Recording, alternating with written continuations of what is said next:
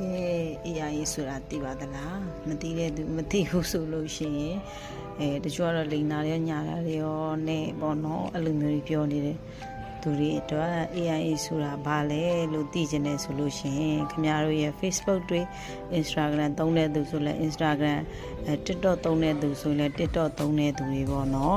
AI ဆိုတာဘာလဲဘယ်လဲဆိုတာလေးကိုရိုက်ရှာကြည့်လို့ရပါတယ်လို့လိန်နေညာတယ်လိန်ညာတာကိုဖြစ်မှာဆိုတာတော့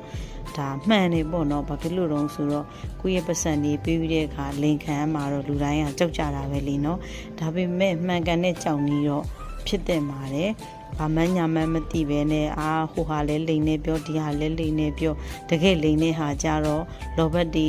ကြီးပြီးတော့ကြတော့ပတ်စံလေးထဲကြပတ်စံလေးလှုပ်ချနေပေါ့နော်အဲ့တော့ဒါတွေဒီဘာတွေတော့ဆိုတော့ကြတော့အရင်ဆုံးမလေးလာမစူးစမ်းမစင်ကျင်ပဲနဲ့ဖြစ်သွားတဲ့အရာတွေကြောင့်လည်းလိန်ခံရတာတွေဆိုတာလည်းရှိသလိုစိတ်ဒဏ်ရာတွေလည်းရကြတာလို့ပဲပြောရမှာပေါ့နော်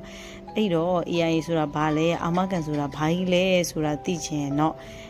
ခုနပြောသလိုမျိုးရိုက်ရှာကြည့်ပါလို့ရိုက်ရှာကြည့်ပါလေးလာကြည့်ပါ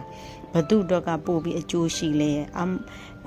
စီးပွားရေးလုပ်တဲ့သူတွေဆိုတော့ကိုယ့်အတွက်အကျိုးမရှိပဲနေရတော့ဘယ်သူမှမလုပ်ဘူးပေါ့ဗျာနော်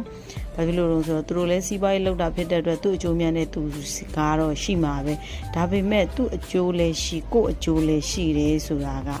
ဒါမျိုးဆိုရင်တော့စဉ်းစားရမှာလीเนาะသူတူတယောက်တည်းပဲအကျိုးရှိပြီးကိုယ့်ဘက်ကအကျိုးမရှိဘူးဆိုလို့ရှိရင်တော့ဒါကတော့စဉ်းစားစရာမလိုပါဘူးအဲ့တော့ဘာကြီးလဲဆိုတာကိုသိကျင်တဲ့သူတွေတော့ရိုက်ရှာကြည့်ပါကျွန်တော်တို့